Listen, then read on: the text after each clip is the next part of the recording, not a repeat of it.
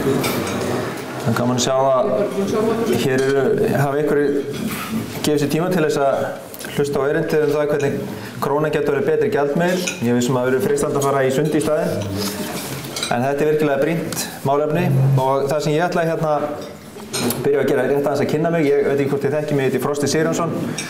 Ég núna svona mætti segja frumkvöðull en ég ekstra hagfræðingur mennt, lærði út í London Business School eins og ýmsir aðrir hérna inni og lærði þær ekstra hagfræði. Nú eftir hrun þá fór ég að skoða aðeins betur peningahagfræði vegna þess að mér sýndist að væri alveg augljóst að peningakerfið sem við byggjum við og kannski fleiri þjóðir væri allt of brothætt og stóra brotalemir í því. Og það hefur ýmislegt komið í ljós og ég ætlaði svona í þessu erindi að segja ykkur svona frá því helsta sem ég svona verið að koma af stað að margt að því geti nýst okkur í framtíðinni vonandi til þess að reka hérna okkar gjaldmiðil betur ef við ætlum að hafa þennan gjaldmiðil. En það hefur sannlega gengið mjög misjafnlega að halda út í þjóðagjaldmiðlinum. Það er vinsælt að hampa því að síðan krónan var tekin upp, það var rýrnað um 2000% með danska krónu og þetta veldur mörgum miklum áhyggjum og margir telja að það hafi allt verið reynt í þrautar og það eina sem blasir við sé að gefast upp á sjálfstæðri mynt og taka hér upp erlenda mynt með kostum og göllum. Áður en slík ákvörðun væri tekin þá er samt mikilvægt að skoða til hlítar hvort það sé örugglega búið að gera allt því besta sem mögulegt var til að stýra okkar eigin gjaldmiðli og aðeins að athuga hvaða máli skiptir að hafa sjálfstæðan sveigjanlegan gjaldmiðil og ég ætla að fjalla um það í þessum erindum. Og meðal annars mun ég byggja á hugmyndum þekktra hagfræðinga eins og Irving Fisher og Schumpeter og fleiri og aðeins byggja á hugmyndu sem komið fram í A Program for Monetary Reform í kjölfar kreppunnar miklu í byrjun síðustu aldar. Og þær tillögur voru studdar af 235 hagfræðingum frá 175 háskólum í Bandaríkjunum. En þær voru þó ekki innleiddar, menn ákváðu frekar að fara í Glass-Steagall Act og setja innstæðutryggingakerfi og aðskilja fjárfestingarbanka og viðskiptabanka og að lappa upp á kerfið í staðinn fyrir að gera þær endurbætur sem þessir hagfræðingar eru sammála og það er eins og við vitið mjög sjaldgæft að hagfræðingar verið sammála nokkurn skapaðan hlut, en þetta voru þau samt sammála Og ég ætla aðeins að vonast til að í lok þessi erindi sem mun taka svona 30 mínútur, þá skiljiði hvað þetta snerist Ég fer aðeins yfir það hvað gjaldmiðill, kostir sjálfstæðs gjaldmiðils og hvernig það verður til og hvað gefur honum verðgildi, hvað myntsláttuhagnaður og hvaða máli skiptir hann, hvernig skipta bankakerfið og seðlabanki með sér verkum við að framleiða krónuna og hver er leiðin að traustari gjaldmiðli og hvaða ávinning getum við náð fram.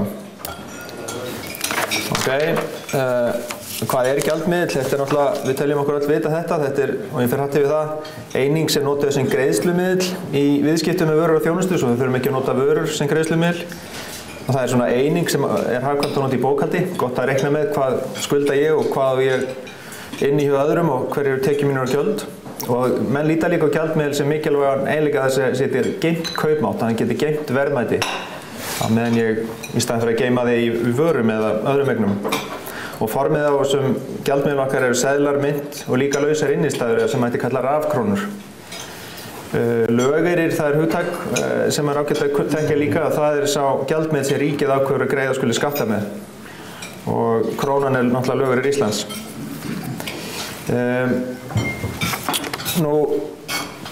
Svona aðeins að rifja upp hver eru kostir sjálfstæðs gjaldmiðils því að það er mjög mikið undanfarið að vera að ræða ókostið sjálfstæðs gjaldmiðils og kannski ekki með því að það væri svona æra óstöðun að telja þá upp aftur en þeir eru náttúrulega margir. En hver eru kostirnir? Það gleymist stundum. Það er alveg gríðarlegur sparnaður fólginn í því að þurfum ekki að kaupa erlenda mynt til að nota hérna innanlands. Ef við þurfum að kaupa hérna kanadadollar eða einhver aðra myntin þá verðum við náttúrulega að greiða fyrir það peninga og vexti ef við ætlum að taka á láni. Og með sjálfstæðri mynt þá er viðurkennt að hagkerfið er sveigjanlegra, það getur betur brugðist við utanaðkomandi áföllum og það leiðir til betra atvinnustigs og meiri og jafnari hagvaxtar. Það má færa rök fyrir því að með sjálfstæðri mynt getur orðið meiri jöfnuður meðal íbúa landsins með föstu gengi þá dregur hraðir í sundur með ríkum og fátækum og það virðist vera einkenni hjá smáþjóðum sem hafa tekið upp annarra manna mynt að þar afskaplega dapurlegt ástand og mikill ójöfnuður líka. Ég gæti útskýrt þetta betur eftir ef ég vilja vita hvernig sá prósess virkar. En sem sagt, með sjálfstæðri krónu þá getur krónan lagað sig að þörfum hagkerfisins, en erlendur gjaldmiðill hann væri iðulega of sterkur og veikur fyrir okkar hagkerfi. Og það væri þá uppspretta annarra vandamála sem við þurftum að glíma við. Allt í lagi. En svo það hvað þarf til að búa til gjaldmiðil og góðan gjaldmiðil. Og þá það miklu kannski einfaldara en ég hélt. Í rauninni þarf bara samfélag sem á auðlindur getur skapað þeim verðmæti. Og Íslendingar, við erum samfélag, við eigum auðlindur og við getum skapað verðmæti. Við þurfum þjóð sem með samheldina hefur eitthvað samhug og eitthvað traust og eitthvað löggjafavald.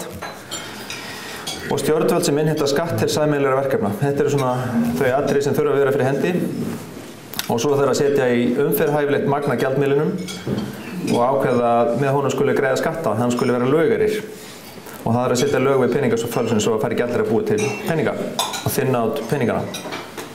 Og það kemur óvart þegar maður fer að skoða þetta að það engin lágmarksstærð samfélag sem getur komið sér upp sameiginlegum gjaldmiðli eða sjálfstæðan gjaldmiðli. Í raun geti bara lítil fjölskylda eða menninni við þetta borð ákveðið að búa til sín eigin gjaldmiðil, en þeir verða þá að vera samfélag út af fyrir sig og setja sér lög og vera tilbúin að greiða sameiginlega skatta. Og en hins vegar vandamáli skapast með að fara að skoða hversu stór geta myntsvæði orðið. Og það eru kenningar sem hafa komið fram eins og hjá Mundell, kom fram 1960 hver væri svona stærstu mögulega myntsvæði. Og þá voru sett svona skilyrði að fólk sem allar hafa sameiginlega mynt það þarf að hafa hreyfanlegt vinnuafl, eða sem sagt vinnuafl að geta fært sér til innan svæðisins. Og það þarf að vera sveigjanleiki í launum og verðlagi, millifærslukerfi til þess að mæta ósjálfhverfum sveiflum, það sem gengur vel ykkur starf á svæðinu og illa annars starf á svæðinu. Þá þarf að vera hægt að færa peninga á milli og menn vera fúsir að borga skatt til dæmis í Þýskalandi og vita það hann verið eitt í Grikklandi til þess að halda þar uppi fólki sem hefur ekki vinnu. Og það fer þá að reyna á samstöðuna milli þessara svæða. Og núna talað það til dæmis í evrópska myntsvæðinu og það sé orðin svokölluð tognun á samheldni eða samstöðu. Þjóðverðir eru bara ekki tilbúnir að borga fyrir það að Grikkir fari á eftirlaun fyrir en Þjóðverjar eða eitthvað slíkt. En sem sagt vandi snýr að því að búi til stór myntsvæði en ekki búi til lítil myntsvæði. Þannig að Íslandi svo sannarlega ekki of lítið og það ekki stórt. En ég ætla aðeins að fjalla það skiptir máli hver býr til gjaldmiðlinn. Það þjóðin eða einhver annar og kemur sagan af breska lordinum. Við séum að þetta myndaði þessum unga manni, föngulega manni sem árið 1810 ákvað að fara í almennilegt sumarfrí til Miðjarðarhafsins og hann ákvað að heimsækja Sardiníu, ég veit ekki hvað margir hafa komið þangað. En á þessum tíma þá var þetta frekar fátæka eyja og fáar sem heimsóttuna og hann fór þarna með 30 vini sína og þjónustulið og lifði hátt og þetta var mikill hvalreki fyrir ferðamannina í Sardiníu. Hann bauð allstæðir greiðslu í pundum og með ávísunum á breska panga, þið sjá þarna ávísunna. Það landakorta Sardiníu líka. Og þegar það kom mjög óvart að ESG vildi mjög gjarnan taka við ávísunum í pundum. Þeir vildu það frekar heldur en fá greitt í eigin gjaldmiðli. Það var greinilegt að þeir áttu sér ekki traustan gjaldmiðil. En hann greiddi fyrir allt sem hann splæsti í á vini sína og uppihald og besta vín og besta mat og þegar hann var á leiðinni heim eftir 3 mánaða reisu sem okkar mælikvarða hefði kostað 100 milljóna þá var hann farin að velta því fyrir sig hvað hann þyrfti að selja mikið skika af ættaróðurlegum til þess að standa í skilum með allar ávísanirnar sem hann hafði gúmað út. En svo bar við að ávísanirnir bárust aldrei til Bretlands og hann dó í hárri elli lágurinn og fékk aldrei einustu ávísun frá Sardiníu. Og þá fara menn að velta því fyrir sér hvers vegna kusu Sardiníubúar að innheimta ekki ávísanirnar.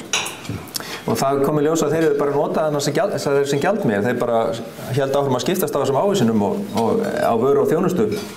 Það nutu mikils trausts en það voru gefnar út af Royal Bank of eitthvað. En niðurstaðan var svo að hann borgaði aldrei þessar mörg hundruð milljónir sem ferðalagið kostaði. Og þá fer maður að spyrja hver borgaði. Og þá, ég svari það, sá sem að hélt á síðustu ávísunni og leysti hann ekki inn eða týndi henni, hann borgaði sjálfur sér. Allir í sættinni voru mjög ánægðir en þeir fattuðu ekki að þeir höfðu splæst á lordinn. Þeir fengu aldrei borgað fyrir ferðalagið en þeir voru hæst ánægðir og þetta er mjög sérkennilegt ástand og maður skilur ekki hvernig þetta gerist.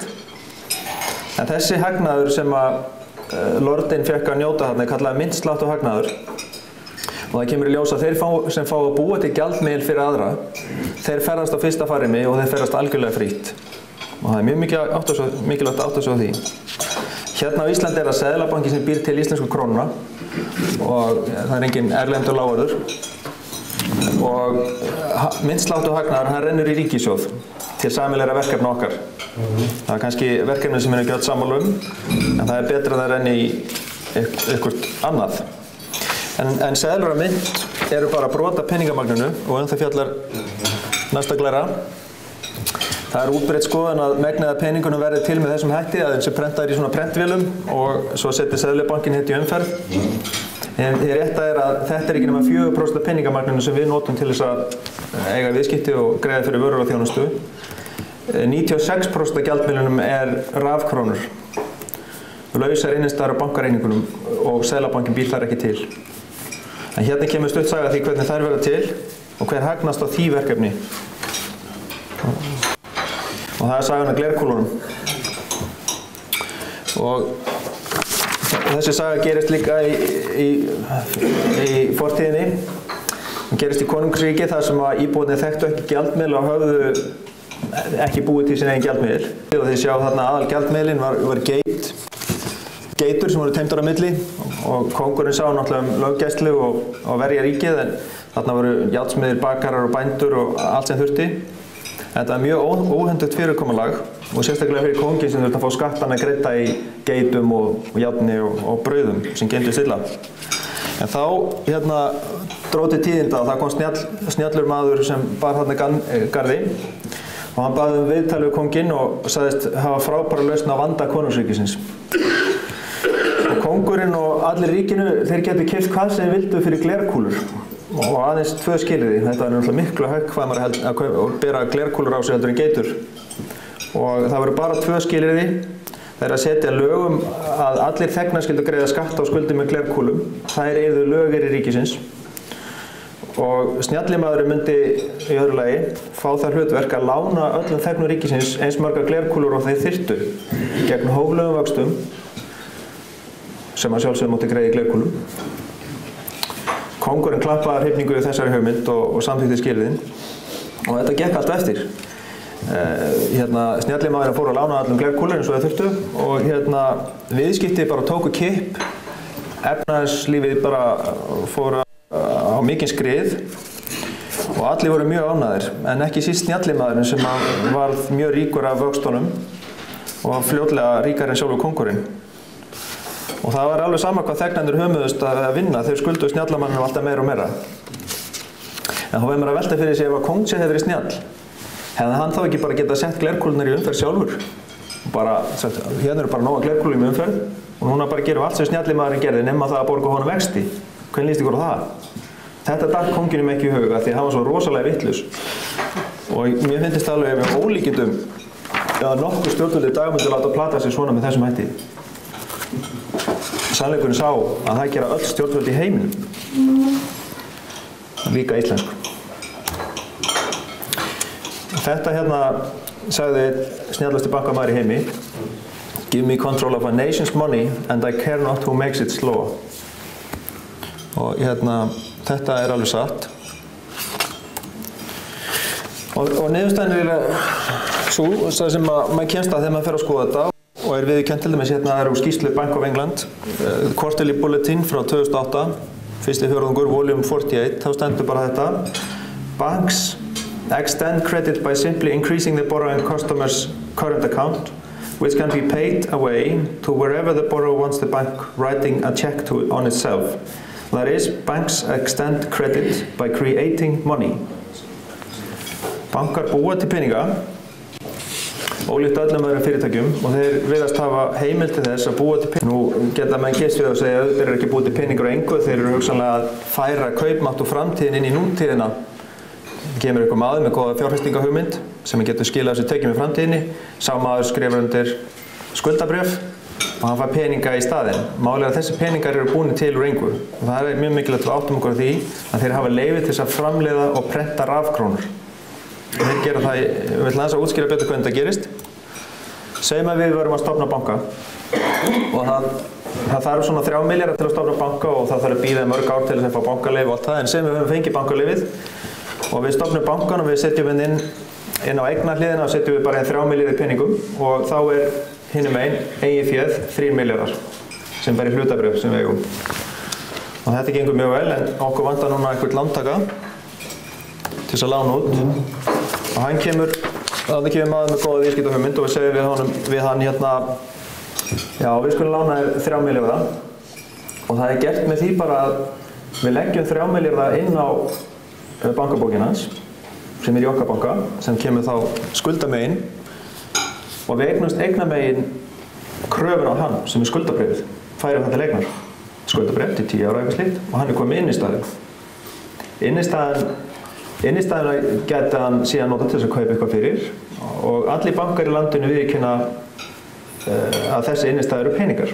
Seðlabankinn getur útvegað peningana eða einhver aðri bankar og þetta er síðan gert upp með þessum hætti. Nú sjáum við í þessum banka þá þegar það er búið að gefa lánað 3 milljarða þá er eiginfjárhlutfallið komið í 50% og þessar krónur bankin getur haldið áfram að lána út með þessum hætti þangað til að hann er stöðvaður af svokallaða eiginfjárhlutfallskröfu.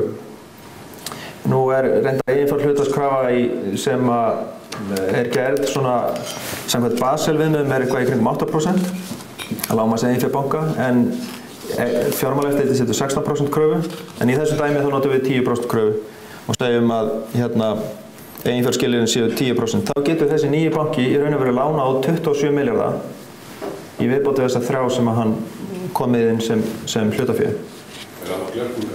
Þessi glerkúlukall, hann getur búið til 27 milljarða glerkúlum að nýjum kaupmætti inn í kerfið. Og það er bara sjaldan í bankans hvort hann metur það sem svo að þetta sé heppileg viðbót við peningamagn landsins. Það fer bara eftir því hvort hann hafi fundið traustan lántaka.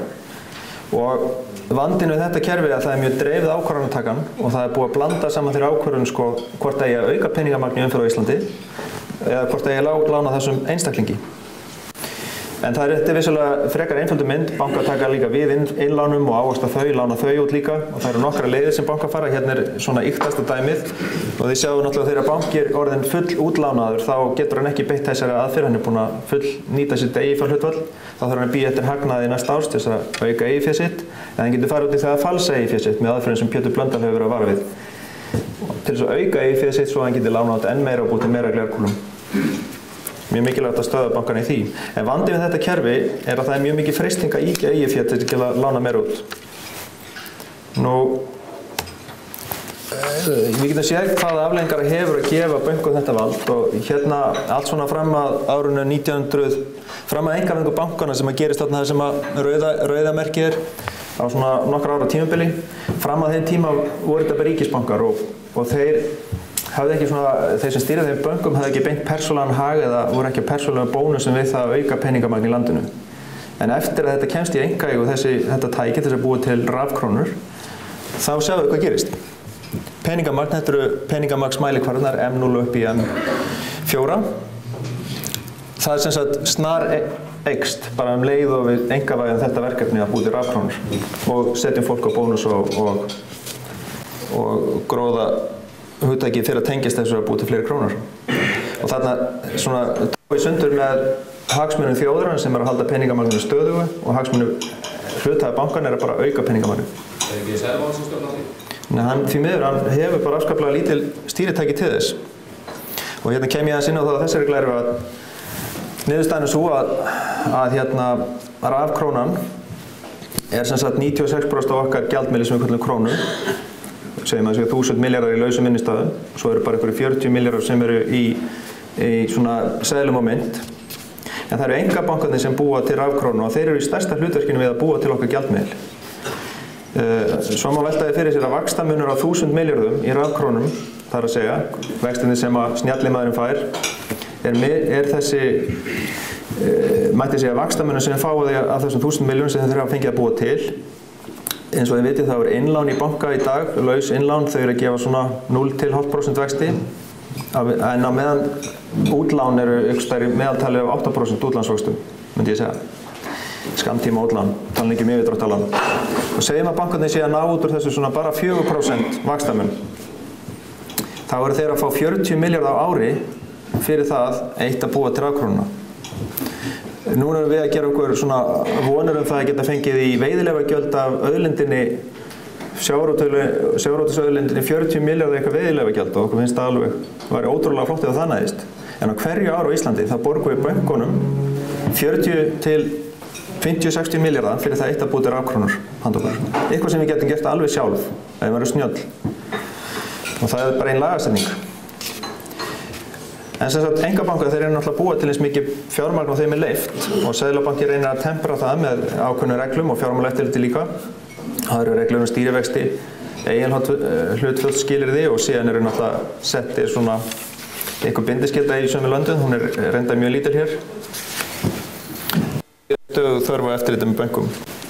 Það er eitt atriði viðbót sem er mjög athyglisvert við þessa aðferð við að búa til gjaldmiðilinn, er að hún í sjálfu sér eigur óstöðuleika í hagkerfinu. Það er nefnilega þegar að við lendum í því að hérna er einhvers konar uppsveifla, það er mikill og góður afli eða verðhækkanir á okkar afurðum í útlandum. Það getur orðið þensla og hagkerfið fer að vaxa mjög hratt. Þá er besti leikurinn fyrir einkabanka í þeirri stöðu að keppast við að lána út og auka þensluna, blása í bóluna. Og það gagnstaði einmitt akkurat þegar við þyrftum svona meira aðhald og draga úr því að hérna er ofhitnun í hagkerfisins. Og í samdráttarskeiðum þá þurfa bankar hins vegar að keppast við að draga saman fjármagnið til þess að enginn vill vera síðasti bankinn við að innheimta krónunar, af því að þá tapar menn eigin fé sínu. Þá þyrfti kannski hagkerfi einmitt á svona slakari peningastefnu að halda. Þannig að við erum búin að búa til bara verkfræðilegt fyrirbæri sem er óstöðuleika vel. Eigur, í staðinn fyrir að vera dempari sem dregur úr hagsveiflum, þá er þetta magnari, hagsveiflum magnari. Bara vegna þess að hagsmunir og hvatarnir í kerfinu eru þannig. Og þetta er alveg viðurkennt og þetta var eitt af því sem að Irving Fisher var að benda á þarna strax árið 1930–40. Sem sagt, það kerfi sem við notum, svokallað brotaforðakerfi, þar sem banki má lána út 5–9 sinnum eigið fé, það er alltof fallvalt kerfi og þessi kerfi munu halda áfram að sveiflast og valda fjármálakreppum. Á síðustu 20 árum hafa á Vesturlöndum verið í kringum 100 fjármála- og bankakreppur. Við munum bara eftir í Svíþjóð, þar voru bankakreppa, í Noregi var bankakreppa, það er margótt í Bandaríkjunum og við erum mjög fljót að gleyma. Ísland er ekkert hvorki fyrsta en síðasta landi til þess að lenda í stórri bankakreppu. En þegar banki getur lánað miklu meira heldur en hefur fengið sem innlán og færi raunin að búa til svona útlán, þá er aldrei fyrir hendi laust fé til þess að láta fólk fá þegar fólk vil taka út peningana, ekki nema einhver 10% af fólki getur tekið út peningana sín á sama tíma. Og það er aldrei nægilega laust fé í bankanum fyrir alla sem eiga þar innistæður. Afleiðingin er svo að það getur hæglega orðið áhlaup á banka og áhlaup á einn banka getur valdið keðjuverkun á fleiri banka og það sem gerist ef að verður bankakreppa í landi þá hættir gjaldmiðillinn að virka því að þeir eru í aðalhlutverki við að búa til gjaldmiðilinn. Það eru þeir sem búa til 96% af honum og ef þeir fara lendi í vandræðum þá verður bara að byrja að teima geitur á milli. Það er mjög óhagkvæmt. Við viljum það ekki. Við erum svo skelfingu lostin við það ástand að við gerum allt til að bjarga þessum einkafyrirtækjum. Þessi einkafyrirtæki eru í sjálfu sér með þá sérstöku stöðu að þau vita það að við munum alltaf bjarga þeim þegar við lenda í tapi vegna þess að þau halda á fjöreggi þjóðarinnar sem er gjaldmiðillinn sjálfur. Þau framleiða hann. Og ég held að sé ekki í stíl við frjálshyggju eða hægrimennsku að leyfa slíkum fyrirtækjum að vera í rekstri sem við getum ekki látið frá hausinn. Við þurfum að skoða það aðeins betur. Þannig að áhættan endar alltaf á skattgreiðendum, alltaf hjá okkur í ríkinu, en þeir fá alltaf uppsætið. Og við þurfum að fara átt okkur í því að það er mjög mikilvægt að fara að aðskilja peningamyndunina sjálfa, það er að segja peningamagnsstýringuna og útlánastarfsemi. Það er hún sem er einn í kös í bankakerfinu. Það er þetta tvennt sem það er að aðskilja. Það skiptir engu máli að aðskilja fjárfestingarbanka og viðskiptabanka ef við höldum áfram að leyfa að hafa þetta í einum graut. Þeim finnst mjög skemmtilegt að halda bara spjallunum á hinnunótunum sko. Eigum við aðskilja viðskipta og fjárfestingarbanka, mjög mikið mál. Þetta er stóra málið sko. Þannig þetta brotaforðakerfi er ekkert lögmál og það er ekkert eina kerfið sem að virkar. Það kerfi sem virkaði í bankarekstri alveg fram að miðaldir og var í rauninni bannað. Þetta kerfi sem við erum með núna var bannað og lág dauðarefsing við því að lána át óbundin innistæður. Þið sjáum hérna í svona einfalda lýsingu á því hvernig bankaþjónusta var fram að miðöldum. Þá var hérna í ljósbláa reitnum, það stendur innistæður. Menn sem að vildu spara og nýta sér bankaþjónustu, þeir komu inn með innistæður og þær áttu þá að vera lausar. Þeir voru bara að fá trausta geymslu fyrir peningana sína. Bankinn mátti alls ekki lána á þessa peninga sem voru faldir bankanum til geymslu. Bankinn tók náttúrulega geymslugjald og færslugjald og allt svoleiðis. En hann mátti ekki lána þetta út eða ávaxta það. Síðan voru svokallað innlán. Mjög mikil munur á innlánum og innstæðum. Innlánið var þannig að bankinn vissi að hann gat nota þessa peninga, þeir voru bundnir í ákveðinn tíma. Eigandi peningana bað bankanum að ávaxta þá. Og hann fékk vexti og bankinn fann einhverja frumkvöðla sem að voru tilbúinir að gera eitthvað arðvænlegt við peningana. En það lá beinlínis dauðarefsing við því í mörgum löndum að taka óbundnu innistæðurnar og fara að lána þær út vegna þess að það var í rauninni svokallað usury eða þjófnaður. Það var verið að taka áhættu með annarra manna fé í leyfisleysi. Og það stórmerkilega er það að núna er þetta reglan í bankakerfinu að þegar við leggjum inn fé á óbundareikninga þá byrja bankarnir strax að lána það út og taka áhættu með það, okkar fé. Það fer inn á þeirra bankareikning og þeir gera síðan bara hvað sem þeir vilja við það. Svo fara þeir kannski bara á hausinn með það, en þá náttúrulega kemur ríkið til bjargar. En þetta fyrirkomulag sem þarna var lýst og var alveg fram á hérna myrku miðaldir, það virkaði. Þar fóru bankarnir ekkert að rúlla og þó einn banki lenti í vandræðum það hafði það enga kerfislegar afleiðingar fyrir fólki í landinu.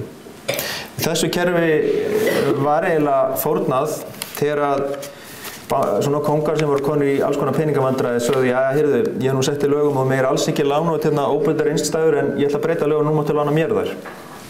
Bara öllum fyrir bestu. Og það er þess vegna sem við sitjum upp með þetta. Það er gjörspillt samband banka og stjórnmála eða kónga. Þannig byrjar þetta. En hugmyndir, sem sagt, Fisher og fleiri er að setja á, mætti segja, 100% bindiskyldu. Nú kem ég að svona loka sprettinum eins og þessi lausnin er lýst. Bönkum og öllum öðrum verið óheimilt að búa til nýjar krónur. Það er að taka áhættu með lausar innistæður og sveifla peningamagninu til. Það verið seðlabanki sem er í eigu þjóðarinnar en ekki einkabankar sem stýri peningamagn í landinu. Og hlutverk þess að seðlabanka sé að sjálfsögðu bara verðstöðuleiki. Að það sé hæfilegt magn af krónum í umferð. Og peningamagninu mætti stýra í samræmi við stærð hagkerfisins. Núna hefur hagkerfi okkar, það hefur tvöfaldasta stærð á 17 ára fresti eða eitthvað slíkt. Bæði vegna þess að hérna eru fólksfjölgun og tækniframfarir og ýmislegt og sjálfsögðu þarf þá fleiri glerkúlur í kerfið og þeim er þá bara sett í umferð, þær eru bara sett á þá í umferð, ekki sem skuld, heldur sem þetta gera ekki samneyslu. Ríkissjóður geti vel tekið við því og setta í umferð með einhverjum svona lýðræðislega ásættilegum aðferðum.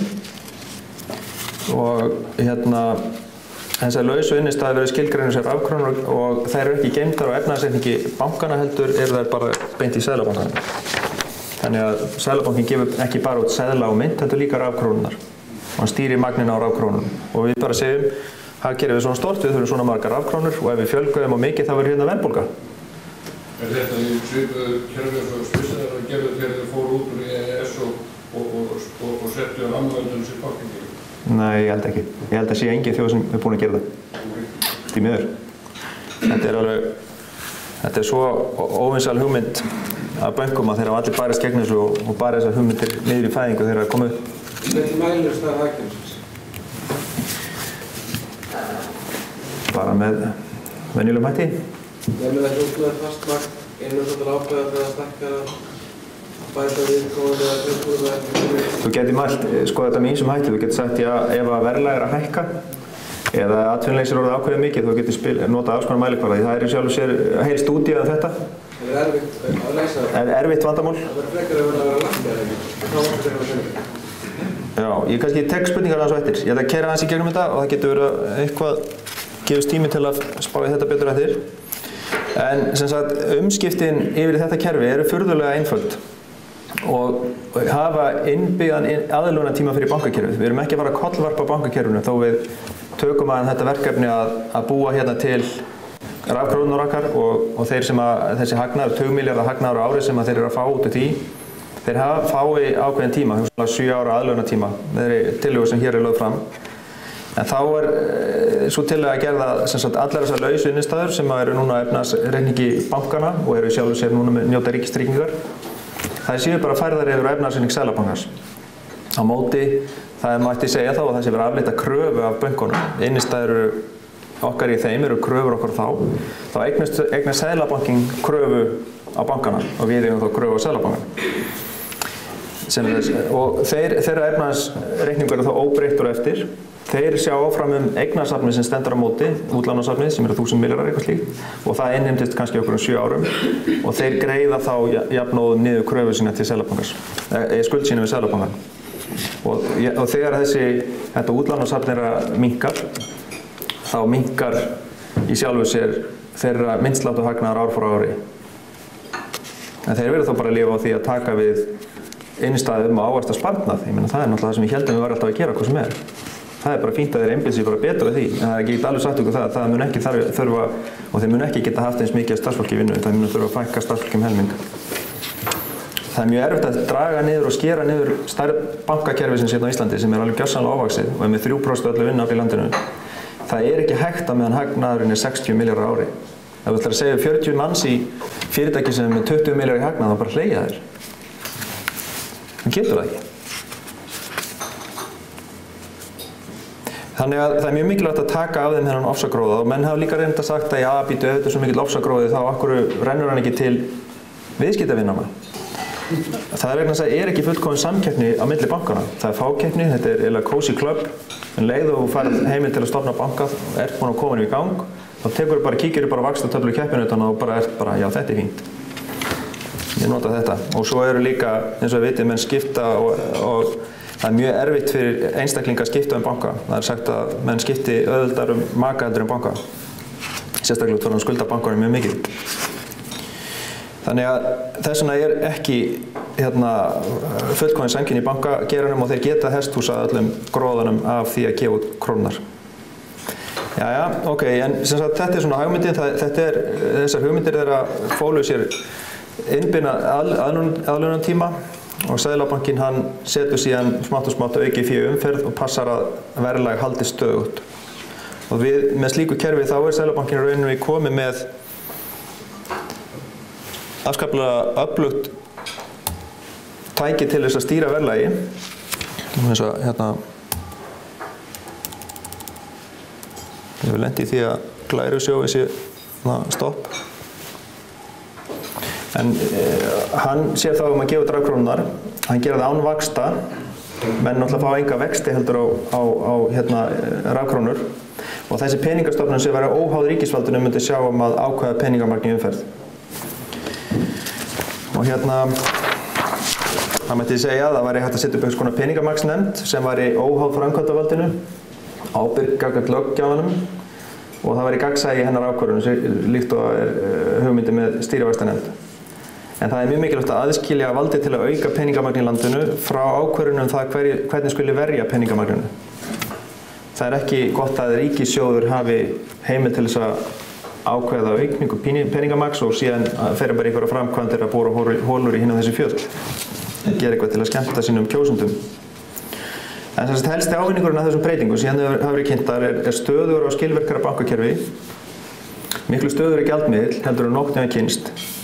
myntslátturhagnaður rennur allur til ríkisins og fer þá ekki bara þessi litli myntslátturhagnaður með seðlum og mynt heldur af allri rafkrónin, allur vaxtamunurinn sem núna fer inn í bankakerfið til þess að halda því útblásnu, myndi renna í rauninni til einhverja sameiginlega verkefna sem við ákveðum með lýðræðislegum ákvörðunum. Og skuldasöfnun samfélagsins getur farið að minnka vegna þess að það ekki alltaf verið að greiða vextina inn í bankakerfið eins miklu mæli. 40 milljarðar á ári þungur baggi fyrir okkur sem þjóð að bera og honum verður létt af okkur. Og ríkisskuldir munu greiðast hraðar upp, það verður miklu minni verðbólga, minni þörf fyrir verðtryggingu, miklu beinni og skilvirkari stjórn peningamála og það verður búið að aðskilja stjórn peningamagns og ávöxtun sparnaðar. Nú, þetta verður svona það sem ég ætlaði að segja og hlakka til að fá okkur spurningar og umræður þetta.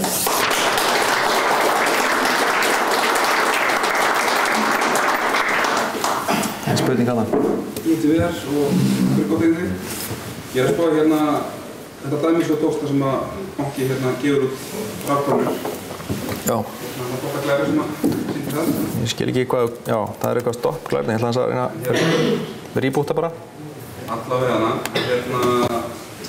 hann vill fá vexti á þessi lán sem hann lánar. Já. En leið hann býr til krónuna, það býr ekki til nógu marga krónur til þess að setja borga þetta tilbaka með vexti. Banki býr ekki til, vexti. Hvaðan koma þá þessar auka krónur ef þetta er einhvern veginn að eini bankinn sem til og þetta er eini peningarnir sem til. Verður þá ekki afskrifa, þetta kerfi ekki þannig byggt upp að þú verður að afskrifa hluta af lánunum til þess að sé hægt að borga restina af lánunum? Já, í þessu kerfi sem menn að tala hérna er rétt ef peningin búið til, ef bankinn búið til rafkrónuna með vöxtum þá þurfa að lána okkur í sjálfu sér fyrir vöxtunum líka svo við getum borgað þá. Var það tengist þetta spurningunni? Já, og í raun og veru þurfum við bara alltaf að taka meira og meira lán til þess að borga snjallamanninum fleiri glerbúlur, hann það bara búið til fleiri handa okkur, bara fínt. Og í rauninni eru konið mjög einkennilega aðstöðu Þetta gengur ekki upp stærðfræðilega eins og við erum að gera þetta núna, þetta endar alltaf með ósköpum og reglulega. Það þýttir bara með að það var afskrifað? Já, svo verða gjaldþrot. Það verða, sem sagt, óhjákvæmilega gjaldþrot. Og satt að segja þá náttúrulega alls konar menn greinir á þetta, það er alveg ljóst að hagfræðingar ekki allir sammála þetta séu með þessum hætti. Menn tala alls konar aðrar leiðir í sögu. Ég hef verið að spyrja hagfræðingar hvort það séu hversina þeir hafi eitthvað á móti að gera þetta svona, menn kom ekki minni rök önnur en að taka upp þessar aðferðir Fishers og þeirra. Og það er meira svona að menn hafi þau rök á móti sem bara hvergi annars það hafi verið gert. Það er svona svipað eins og þegar við ætlum að fara að gefa konum kosningarétt að það er bara mjög óvíð að verið gert Geti verið mjög slæmt. Það er engin rök gegn því samt Það þurfa að vera raunveruleg rök gegn svona breytingum. En það var spurning í hóndinu. Já. Ég var ekki spurðað að Guðlason Tókvæði. Það að landinu að stella sér og engalandinu til 50 milljarðar raunverulega uppbúrikinn einu og einnig að vill að færi að það myndi borginn. Það fjármálagrunni eins og gerðist. Og þá spyr maður, það er ekki arfa vittur sögum þessum tíma að selja bankana. Þetta ekki ríkið frekar átt að hilla sem 40-50 milljarðar. Og þetta reyndir hvort alltaf ríkinu vill að því. Ég held að það veri... Og maður velti líka þessi annars spurningar þetta þessu að þessi stóðu fyrir sölunni með einhvern tíð. Að maður trúa því að þeir eru ekki gert sér grein fyrir þessar aflæktum sem að myndaðist. Já. Þannig að það spyr bara hvað voru sem nefnir hugsa yfir hugsa. Ég get svarað þessu, ég held að það hafi verið góð hugmynd að einkavæða bankana. Ég held að það sé góð hugmynd að hverju megi að lána peninga og að ávaxta sparifé. Ég held að það sé gott að einkavæða það. Það ætti ekki að vera ríkið sem sér það. Það var í rauninni að einkavæða allt sem mögulegt er. En í óvart í leiðinni var krónan og framleiðsla hennar einkavætt. Ég held að menn hafi bara örugglega ekki gert sér grein fyrir því. Ég trúi ekki að menn hafi gert það með vilja. En það er það sem gerðist og að því að bankar hafa þetta í hendi sér í dag að búa til peningamálið. Og ég held að það væri mjög gott að aðskilja þetta tvennt og halda einkavæddum bankaviðskiptunum sjálfum. Já, fyrir ekki, nú veit ég ekki alveg hvað er næstu. Ég held þessi og svo þessi og Pétur. Viltu að byrja? Takk. Ég heiti Halldór Sigurðsson. Það er ef að það er staðreynd að neytendalánslögin frá 1994, eru lög á Íslandi sem að Alþingi samþykkt á sínum tíma, þá náttúrulega verðtryggingin ólögleg. Þá ekki þeir sem rukka inn verðtryggingu og vexti með því, þeir ekki peningafölsun þá? Nú er ég ekki dómari eða lögfræðingur, en ég held að þetta er bara komin út á lögfræðisvið. Það er svona aðeins út fyrir mitt erindi. Ég get bara fallist á það ef þau eru ólögleg. Lánin, það var bara of innheimta og allt slíkt. Þá er það peningafölsun? Nei, það er ekki peningafölsun, það er bara lögbrot að innheimta skuld sem er ofreiknuð. Peningafölsun er að búa til peninga. Varstu ekki lýsandi á það? Ég held að þetta sé tvennt aðskilið, sko. En þetta er bara lögbrot á öðru tagi, ef rétt er. Sigurður Haraldsson, mér virðist sem við séum hérna komin inn í það sem að kallar bindiskylda, þar sé að 100% bindiskylda á lauseinnlán myndi ná nákvæmlega sama markmið þessu uppstillingi sem þú ert að fjalla hérna. Já, miklu leyti, langt í það. Nú er bindiskylda ekki vinsæl á Vesturlöndum í dag. Einhver kommenti í kringum þetta? Akkur notu ekki bara bindiskyldu í staðan að notu þetta? Já, menn eru mjög fljóttir að... Það verður svona stillanir að svona upp og niður eftir hagsveiflunni. Já, en áfram yrði framleiðsla krónur í höndu bankana, en henni er bara fjárstýrt frá Seðlabankanum. Fjárstýrt frá Seðlabankanum. Já, þá er það áfram með snjallamannin sem á rukkar vexti af öllum mismununum og öllum gjaldmiðlum. Það er ekki að gera það eins og hann vill, sko. Nei, en það er samt sem að það bara vera að lappa upp á algjörlega rangt kerfi. Og það er það sem við ákveða alltaf að gera og er svo rosalega gjarnir að gera, en getum við ekki bara aðeins lappað upp á þetta? Er það ekki minni á þetta heldur en að laga þetta alveg? Bindiskylda hins vegar ekki í notkun í Evrópu? Nei, 2% bindiskylda allir einhvers staðar, hún nánast ekki í notkun, það er rétt hjá þér. Og það er ástæður fyrir því að menn eru með hagkerfi sem er að kólna og draga saman og menn vilja auka peningamagn og vonast til þess að ef að þeir auka möguleika bankana á að lána út, þá muni þeir finna hæfa lántakendur. En það er bara ekki endilega svoleiðis. Það verður miklu betra að gera eins og kannski Steve Keen og fleiri hefur verið að benda á, að bara frekar að dreifa peningunum út í hagkerfi beint, ekki að lána það í umferð, heldur bara að setja það í umferð. Þannig að allir í hagkerfi núna er að reyna að borga niður skuldir sínar. Í kreppu gerist það að vill enginn taka lán, allir vilja borga niður skuldir. Og það sem gerist akkurat þá er að þá minnka peningamagn í kerfinu. Þegar þú borgar upp skuldir innan, þá minnka peningamagn í kerfinu. Að því að við búum til peningamagn með þessum hætti. Þess vegna er þetta svona sveiflukennt. Og bindiskyldan hjálpar ekki þessu, 100%. Þú þarft í raun að aðskilja þetta verkefni algjörlega frá bankarekstri. Pétur Blöndal næstu þetta. Það er einn smá veila í sig það, þetta er mjög áhugavert og mjög gaman að það er gott að það sé bara ein veila. Hún er svo, þú sagði, núna njótar innistæður ríkistryggingar. Það er ekki rétt. Svokallaðar ríkistryggingar. Ég er búinn að segja þennan svona 10 sinnum eða 20 sinnum ræður á Alþingi, það sé ekki ríkisábyrgð á innistæðum. Og ég fékk mér þess að Steingrímur að viðurkenna einu sinni, það er ekki ríkisábyrgð á innistæðum. Og margir innlánseigendur, sérstaklega aldrei eldri menn og konur, fyrir að teki innistæðurnar út og setja inn í bankahólf. Af því seðlarnir eru með ríkisábyrgð. Þess vegna hefur aukist mjög mikið peningamagn í umferð. Ég vil spyrja hvað það getur stiðuð hugmynd að bjóða upp ríkisábyrgð.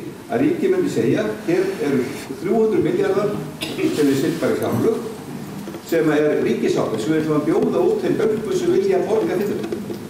Og þá getur fólki fengið ríkisábyrgð á innistæðurnar sínar, en uppboð myndi gefa okkur tekjur sem myndi svona nokkuð því komið í staðinn fyrir þennan seðlarverð. Já, gallinn við ríkistryggingunni einmitt í dag, ef hún er fyrir hendi, hún er ókeypis fyrir bankana. Og hún ætti ekki að vera það. Hún ætti að kosta peninga eins og þú segir, hún ætti að vera til sölu. Það er aldrei nefnt þegar ég sagði alveg ekki fyrst, það gerst ég að nú eru fjölmennin alveg brjálaðir, en það gerist ekki neitt. Ég er bara að segja þetta 10 sinnum, það fer ekki lengra hingað. Ég held ég að við mistað hérna, það var ein spurning hérna, tvær spurningar hérna þessu átt, hvað er ekki á undan, ég man ekki. Þakka fyrir prófum og það er mjög mikilvægt að þú lækir svona málarna hugmyndi, þannig að það sé ekki fast í ykkur röfn.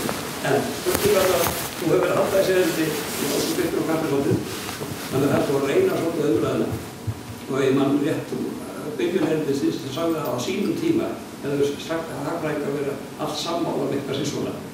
Hvernig hljómgrunn hefur þetta fengið svona, ja, til dæmis í stjórnmálaflokki eins og Sjálfstæðisflokknum þar sem þetta er einn af stærstu mikilvægustu ákvörðum sem þetta er fyrir hvernig höfðismálum.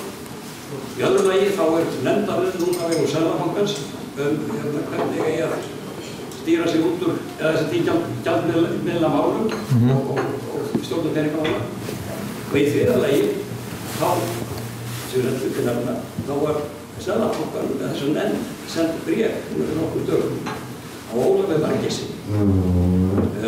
Og ég vildi svona bara spyrja þig hvort þú hefur rúlað yfir það og hversu, ef þetta er saman til bindiskyldun eða hvernig þetta er hugsað í grunninn, hvað sé svona í grunninn ólíkt með þessu punktum?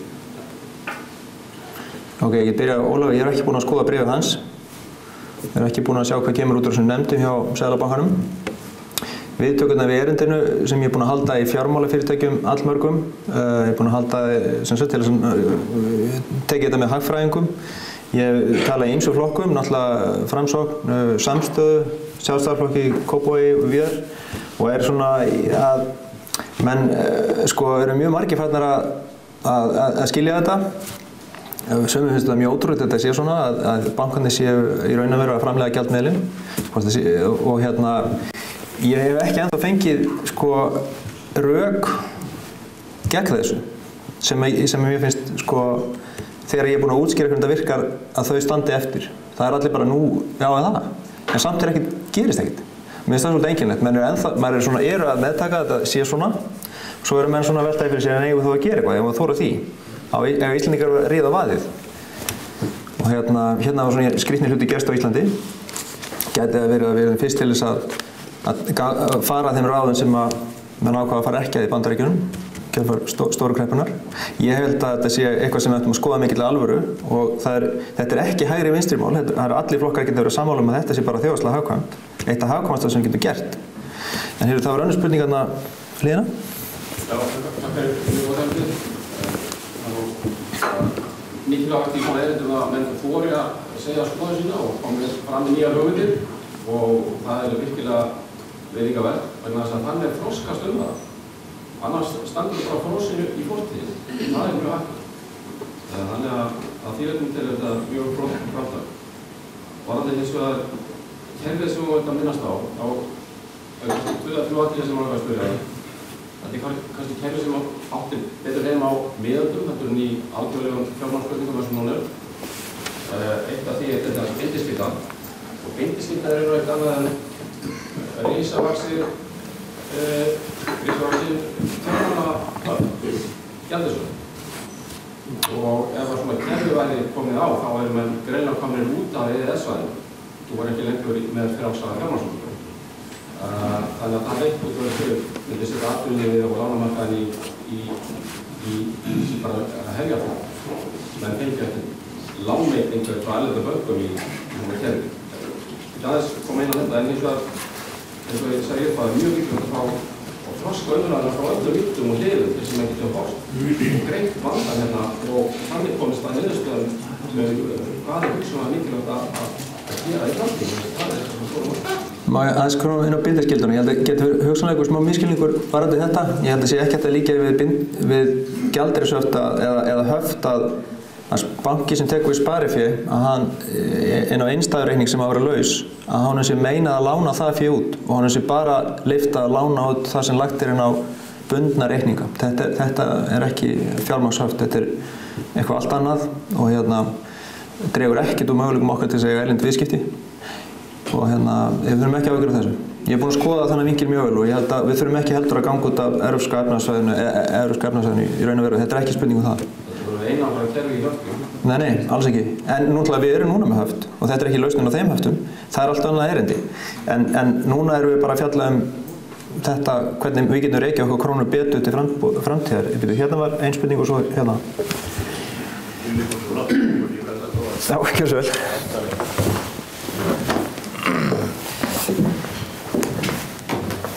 Ég bara nægi ekki þessu spurningi, bæði heyri illa og svo liggur mér látt þrómur. Ég nefnilega á erindi hennar Röðurþór vegna þess að ég hef henni algjörða sérstöðu henni. Ég hef nefnilega gefið út peninga. Staðið fyrir myndsláttu. Ég segi þú hvernig það var einhvern tímann á 8. áratugnum.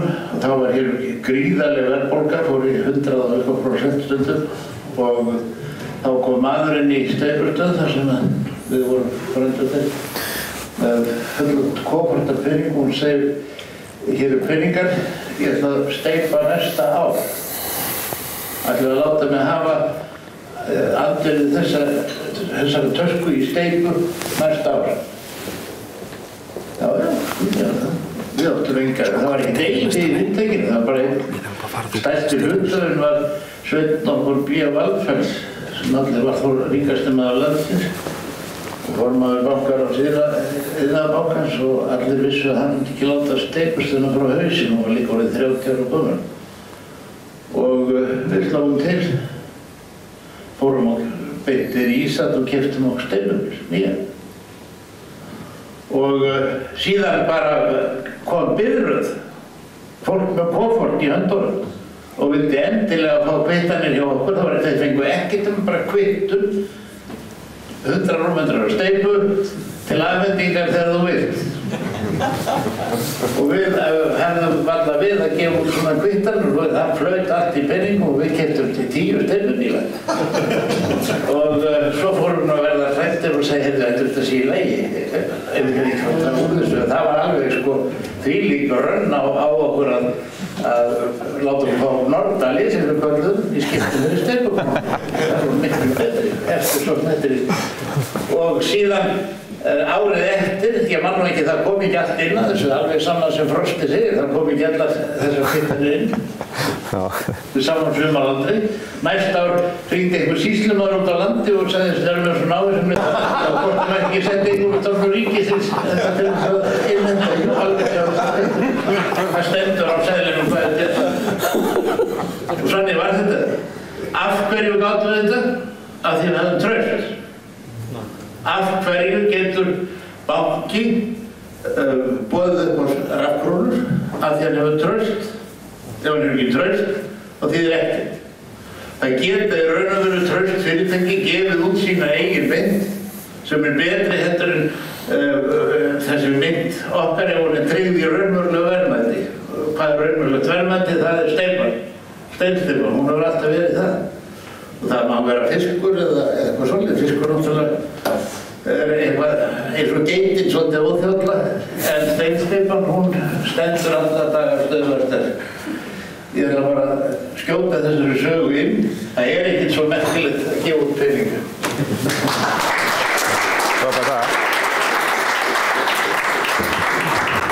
Þetta er mjög góð saga og þarna sjáum við baróninn sem að Snjallamarinn og hérna áður en kemur þessu, það er bara rétt aðeins að, já ok, það var reyndar ein spurningi viðbútt hérna sem að Sko, þetta er mjög snjallt. Þetta er klárt í alla staði svona fyrirtækur eins og hérna ekki standa. Það fattaði enginn fyrir einhver ekki á það og svo ekki spyrjaði bara að einu. Treystir þú því fólki sem fer með stjórn okkar mála, fólk sem lætur nánast hræða sig í að brjóta stjórnarskrána sem á að vera grundvallar lög okkar. Þessi menn, þeir segja að útlendir aðilar sem lánuðu til sem var ekki fótur fyrir og er búið að afskrifa stærsta hluta inn til Íslands, að það séu til einhverjum kröfuhafar og afhenda þeim bankana, þó er það standi í algjörlega klárt í okkar stjórnarskrá og það sé óheimilt að gera þetta.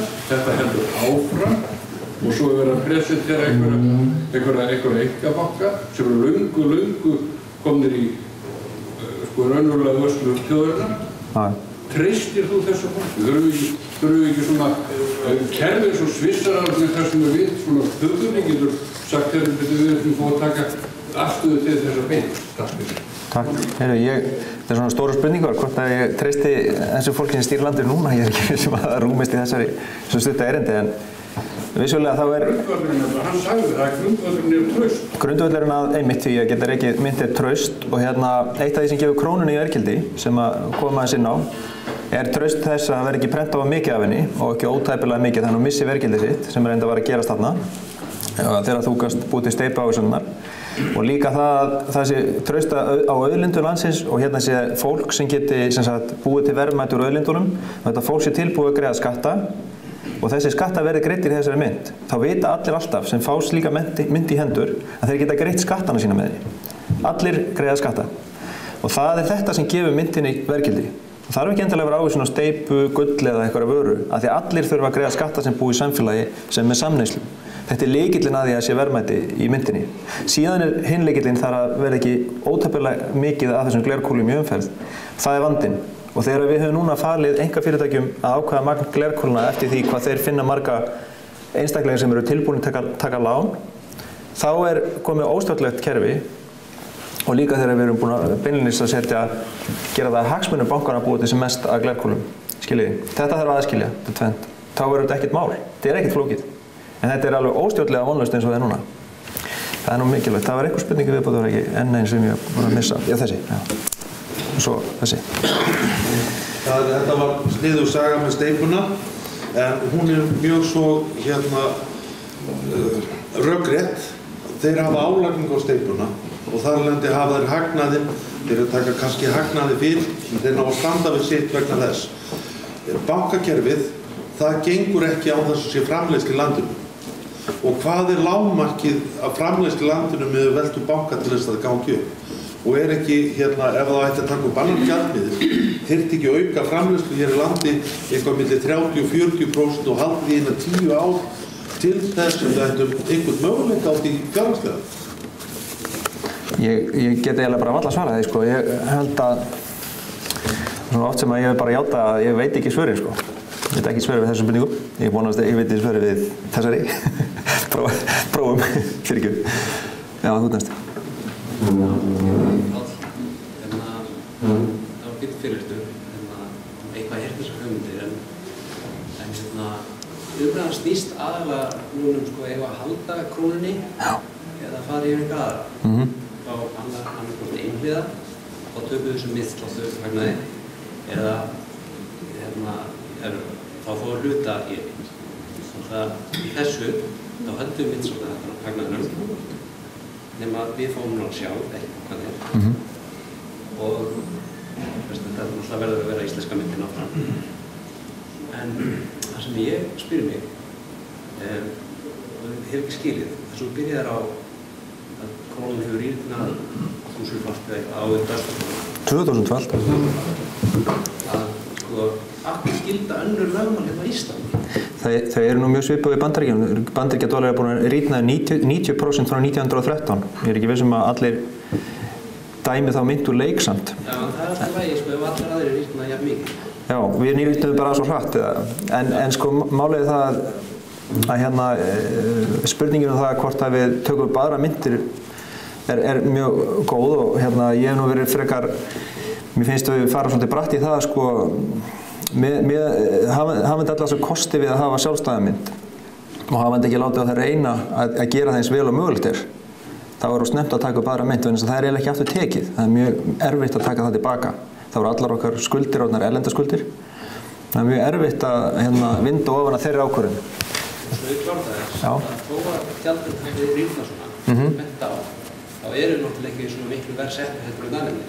Nei, við erum ekki, við erum ekki 2000 sinnum fátækari. Það er vissu leiti, en fólk má náttúrulega bara húsnæði. En þá var spurningin, getum við bara klúra þessu kerfi líka? Örugglega. Þú veist, þetta nóg?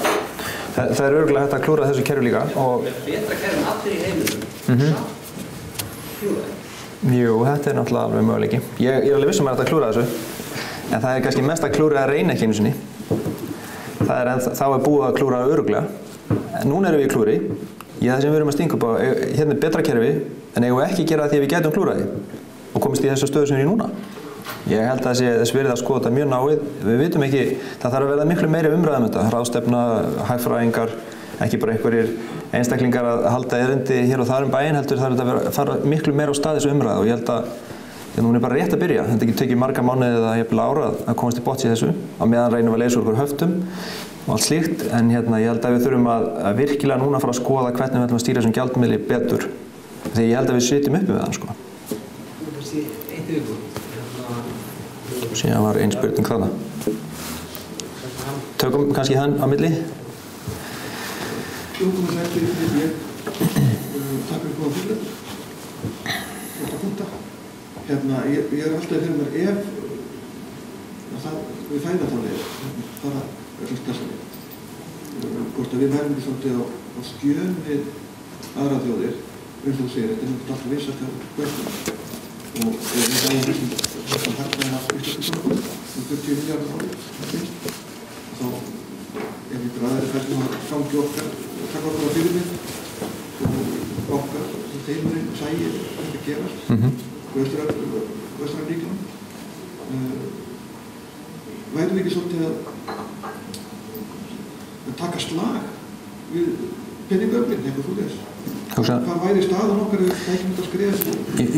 Ég hugsa að getur verið að við séum svona eins og sagt fyrir neðan radar. Við erum svo lítilega, báir enginn í það, við erum svo sérstakt og afbrigðilegt case, við erum svo mikið af auðlindum og fiski að ég held að menn hafi ekkert miklar áhyggjur af því þegar við gerum þetta eins og við viljum gera það, sko. Þetta ógnir engum. Algjörlega, ekkert sem stoppa það. Það ekki bankarnir bara búið á vísu? Bankarnir myndu fara á hausinn eða myndu ekki fækka í starfsliði sínu svona helming á 7 árum. Það er nóg að störfum fyrir þetta velmenntaða fólk, sko. Þetta er frábært fólk og það er skortur á velmenntuðu fólki. Þið vitið að fólki sem er atvinnulaust er ekki með háskólapróf. Það er fólk sem hefur í rauninni vantar þessa menntun sem fólki er með í bönkunum. Það er alveg fullt af fyrirtækjum sem er að leita logandi ljósa fólki með þessa menntun sem er núna í bönkunum. Getur bara ekki kæft. Já.